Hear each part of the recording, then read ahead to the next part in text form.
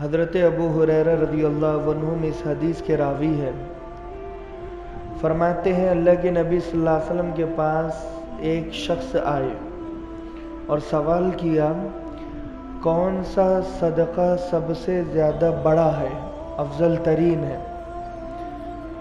تو اللہ کے نبی صلی اللہ علیہ وسلم نے جواب دیا کہ وہ صدقہ سب سے زیادہ افضل ترین اور بڑا ہے جو تو صحت کے حالت میں کرے، انت صحیح و شحیح، اور جو تو مال کی محبت کی علامت میں صدقہ کرے۔ دو کیفیت بیان کی ہے، میں پہلے وہ سمجھا دوں۔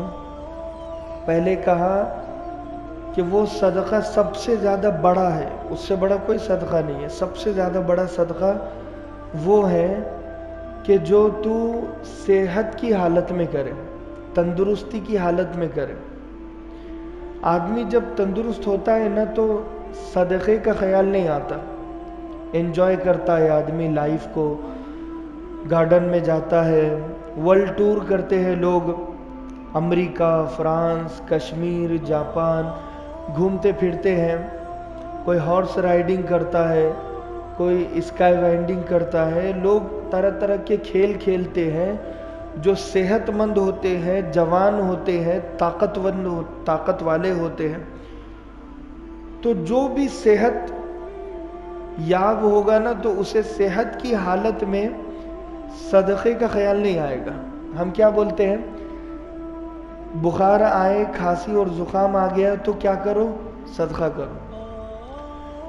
اور آدمی جب دواخانے میں سیلائن پر ہوتا ہے تو آنے والے جانے والے کہتے ہیں صدقہ دو، صدقہ دو۔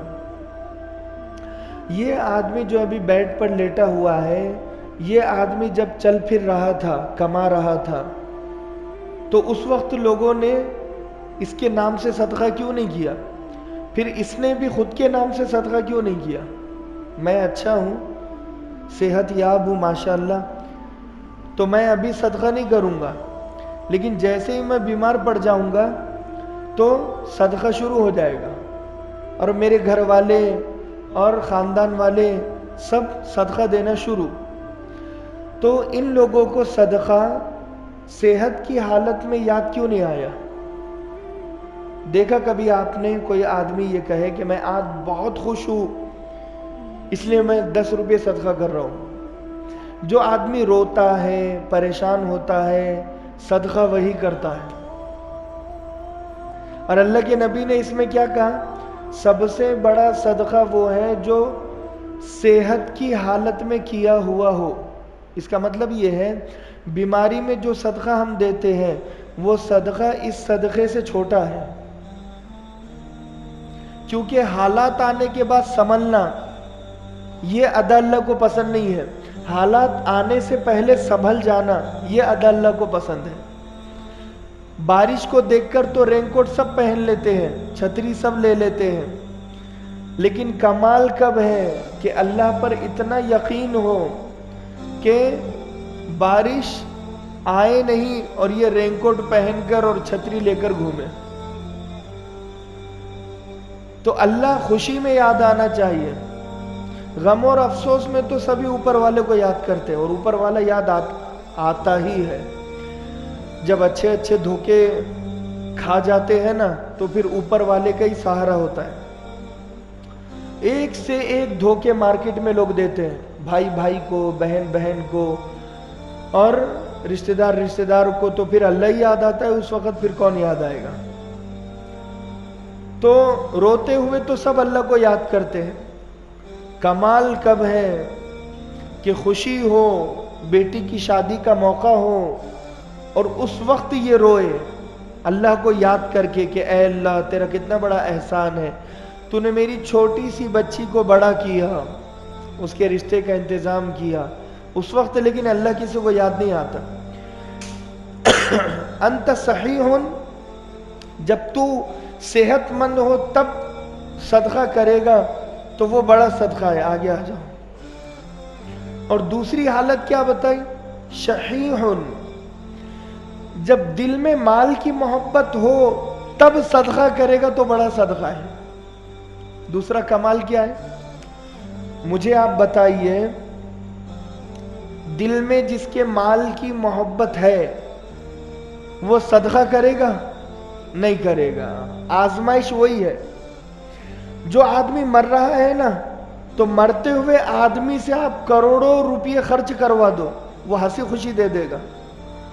مثال کے طور پر ایک آدمی کی کروڑوں روپے کی سمپتی ہے، اس کو ڈاکٹر نے کہہ دیا صرف آپ کے پاس 2 ہفتے ہیں، یہ 15 دن میں تمہیں 15 کروڑ روپے خرچ کرنا ہے. 15 کروڑ کی سمپتی اس کی ہے. اب بتاؤ وہ آدمی دن رات صدقہ کرے گا تو وہ سب سے بڑا صدقہ ہے؟ نہیں نہیں نہیں نہیں. اب تو مال کی محبت دل سے نکل گئی، وہ بڑا صدقہ نہیں ہے. بڑا صدقہ کب ہے؟ کہ جب آدمی کے پاس دل میں مال کی محبت بھی ہو، صرف 100 روپے ہو، اور بیوی بچے بھی ہو، کھانے کا انتظام بھی ہو، اور حالات آئے، پریشانی آئے، اس وقت یہ آدمی مال خرچ کرے. جہاں پر آدمی مر رہا ہو وہاں پر مال خرچ ہو رہا ہے تو اتنا بڑا کمال نہیں ہے. جوانی میں آدمی کو موت یقینی نہیں لگتی ہے. جو آدمی جوان ہوتا ہے نا وہ 10-10 سال کی پلاننگ کرتا ہوا گھومتا ہے. اس سے آپ پوچھو، ایک نوجوان سے میری ملاقات ہوئی تو وہ بتا رہا تھا کہ میں ایک بڑا سا شو روم ڈالنے والا ہوں. وہ کہیں پر شو روم پر کام کر رہا تھا. مسلم اور غیر مسلم دونوں بھی تھے وہاں پر. تو دونوں نوجوانوں سے میری بات ہوئی اور دونوں کا جواب سیم ٹو سیم لگا. مسلم نوجوان کا جواب تھا کہ میں ایکسپیرینس لے رہا ہوں، مجھے آگے جا کے بڑا شو روم ڈالنا ہے. جو غیر مسلم نوجوان تھا اس کا بھی یہی کہنا تھا کہ مجھے اپنے گاؤں میں شو روم ڈالنا ہے، اسی لیے میں ایکسپیرینس لے رہا ہوں. دونوں بھی ایکسپیرینس لینے کے لیے 8 سال سے ایک شو روم میں کام کر رہے ہیں.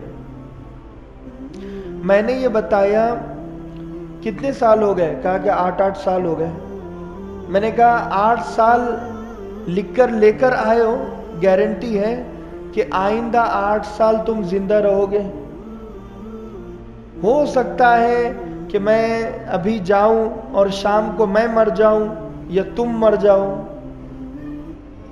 تو تمہارا جو سپنا ہے وہ سپنا تو سپنا رہ گیا ہے نا، وہ پورا کہاں سے ہوگا؟ اس کا سپنا ہے کہ گاؤں میں جا کر شو روم کھولوں، اس کا سپنا ہے کہ شہر میں شو روم کھولوں. 8 سال سے ایکسپیرینس لے رہے ہیں تو کیا یہ ایکسپیرینس قبر میں ساتھ دے گا؟ ارے بھائی بتاؤ، بولو نا. نہیں دے گا.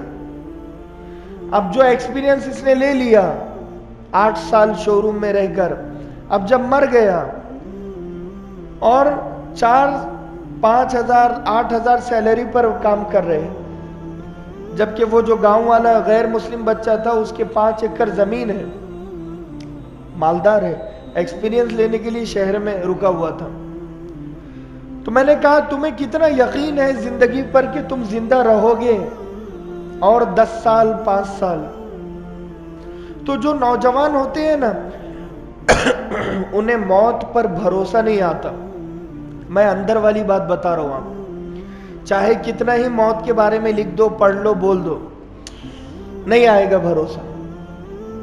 جو بوڑھا آدمی ہوتا ہے وہ ان دور سے گزرتا ہوا جب وہاں پر پہنچتا ہے تو موت کے ماننے کا ایوریج اس کا 70% ہو جاتا ہے. 70% یہ موت کو مان لیتا ہے، ایکسپٹ کر لیتا ہے، قبول کر لیتا ہے. حالانکہ ان 70 سالوں میں موت کے بارے میں جس نے جو بتایا وہ سب سچ تھا، مگر یقین آنے میں 70 سال ہی سے لگے. ہر سال جب گزرتا ہے تو 1% بڑھتا ہے، موت پر یقین 1% بڑھتا ہے.